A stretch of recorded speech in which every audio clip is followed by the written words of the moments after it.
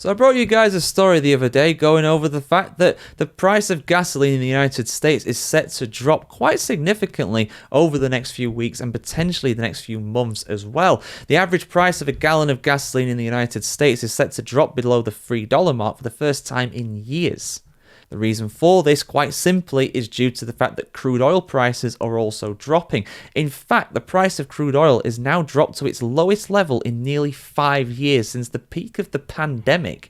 Incredible stuff, guys. Let's have a look why this is the case and what we can expect to happen when we go to pay for fuel at the pump. Because while it might seem quite positive that the price of gasoline is lowering, the reasons why are not exactly positive themselves. Let me explain why here on the channel as always. A growing glut of oil and a fear of a global economic slowdown have pushed US crude oil prices to their lowest point since fuel markets were rebounding after the COVID pandemic. Most actively traded US oil futures ended on Thursday at $56.99 per barrel, down 2.2% on the day and 19% from the same time a year ago.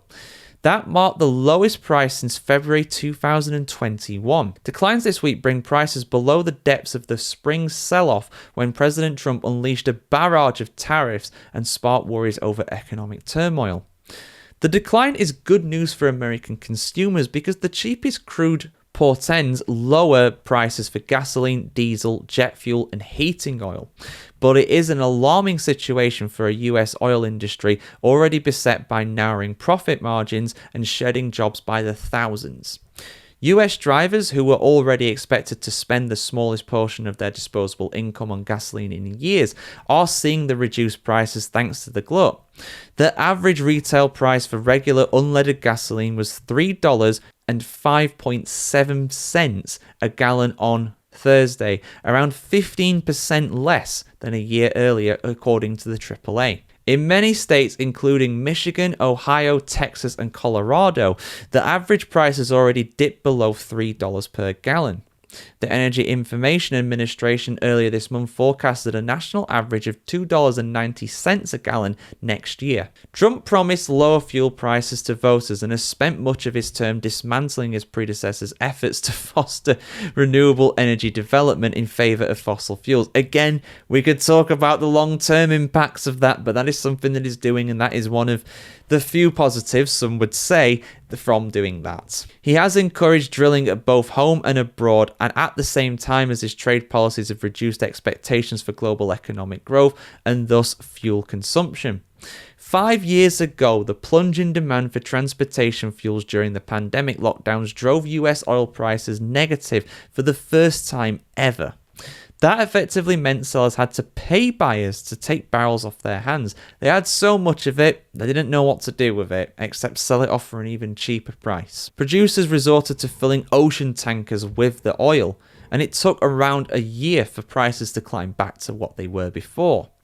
Once again, a flood of fuel is being stashed offshore. The volume of oil at sea swelled by around 3.4 million barrels a day in September, the greatest increase since the pandemic, according to the International Energy Agency, also known as the IEA. And the IEA is among one of the energy market forecasters anticipating that the glut will grow in the coming months, given that producers around the world are pumping oil as though prices were climbing towards highs rather than tumbling to multi-year lows.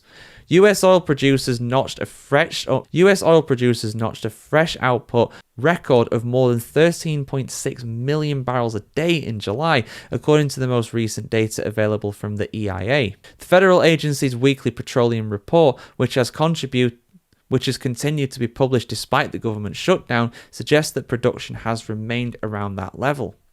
Meanwhile, the Organization for the Petroleum Export Countries, OPEC, and its market allies have been rolling back production cuts that were implemented in 2023 when energy prices were falling from highs hit after Russia invaded Ukraine a year prior. That organization's aim is to retake the market share from free market drillers in the US, Brazil, Guyana, and elsewhere, with which OPEC has waged repeated price wars over the past decade. So yeah, interesting one, guys. I mean, basically at the moment there is so much oil, they don't know what to do with it. The prices are relatively low and they will continue to get get lower as a result of this.